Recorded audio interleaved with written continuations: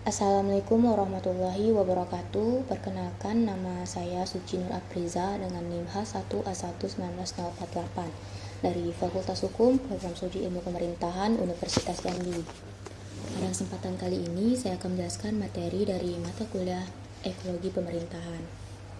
Dosen pengampu Bapak Arif Rahman. Langsung saja untuk pembahasan yang pertama itu mengenai sistem pemerintahan.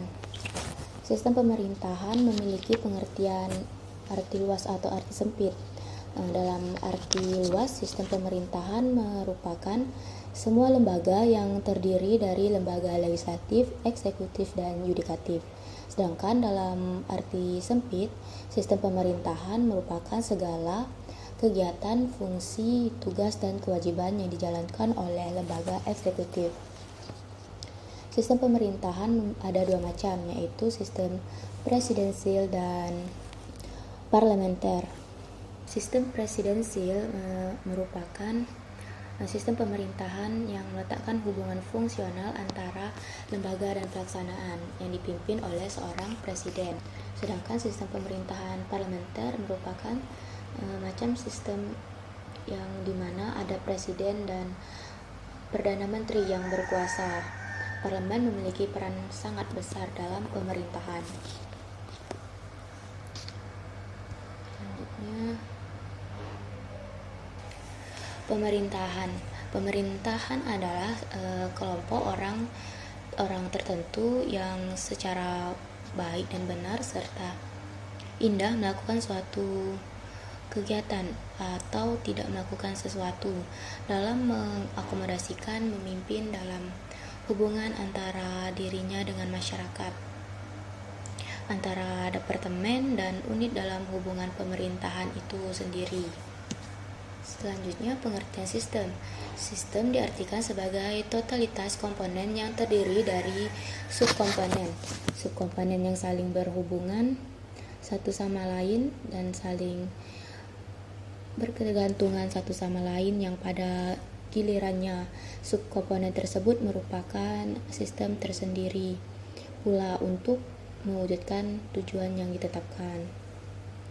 Terdapat beberapa unsur pokok dari sistem, yaitu saling berkaitan, saling bekerja sama atau saling mendukung, pencapaian tujuan bersama, dan terjadi dalam lingkungan yang kompleks. Selanjutnya, konsep pendekatan sistem. Sistem pemerintahan nasional Indonesia terdiri dari pemerintahan nasional, yaitu lembaga eksekutif, legislatif, dan yudikatif. Kemudian pemerintah pusat. Pemerintah pusat yaitu eksekutif yang merupakan subsistem pemerintahan nasional. Yang selanjutnya pemerintah daerah. Pemerintah daerah atau provinsi, kabupaten, kota merupakan subsistem pemerintahan pusat. Selanjutnya desa atau kelurahan. Pemerintahan desa atau kelurahan merupakan subsistem pemerintahan daerah.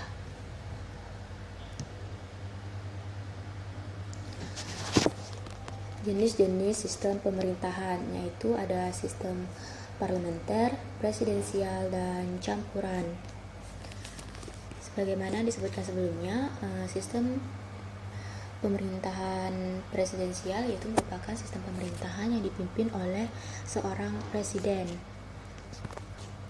Kemudian sistem parlementer yaitu merupakan suatu sistem pemerintahan di mana ada presiden dan perdana menteri yang berkuasa.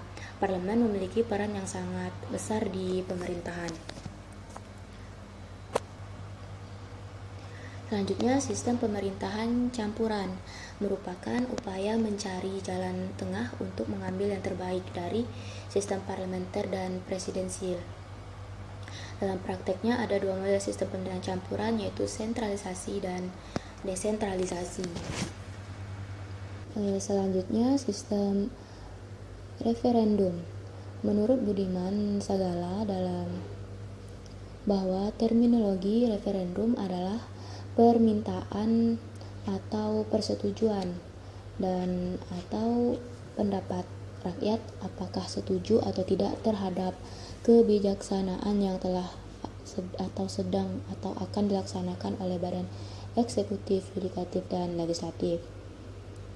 3 macam referendum, yaitu yang pertama referendum obligator, referendum wajib, di mana berlakunya suatu undang-undang yang dibuat parlemen dan telah disetujui oleh rakyat melalui suara terbanyak. Yang kedua, referendum fakultatif, suatu undang-undang yang dibuat oleh parlemen setelah diumumkan. Beberapa kelompok masyarakat yang berhak meminta disahkan melalui referendum. Yang ketiga, referendum konsultatif, referendum untuk soal-soal tertentu yang teknisnya rakyat tidak tahu. Mungkin hanya itu saja yang dapat saya jelaskan mengenai materi ekologi pemerintahan pada pertemuan kali ini. Kurang lebihnya saya mohon maaf. Saya akhiri. Wassalamualaikum warahmatullahi wabarakatuh.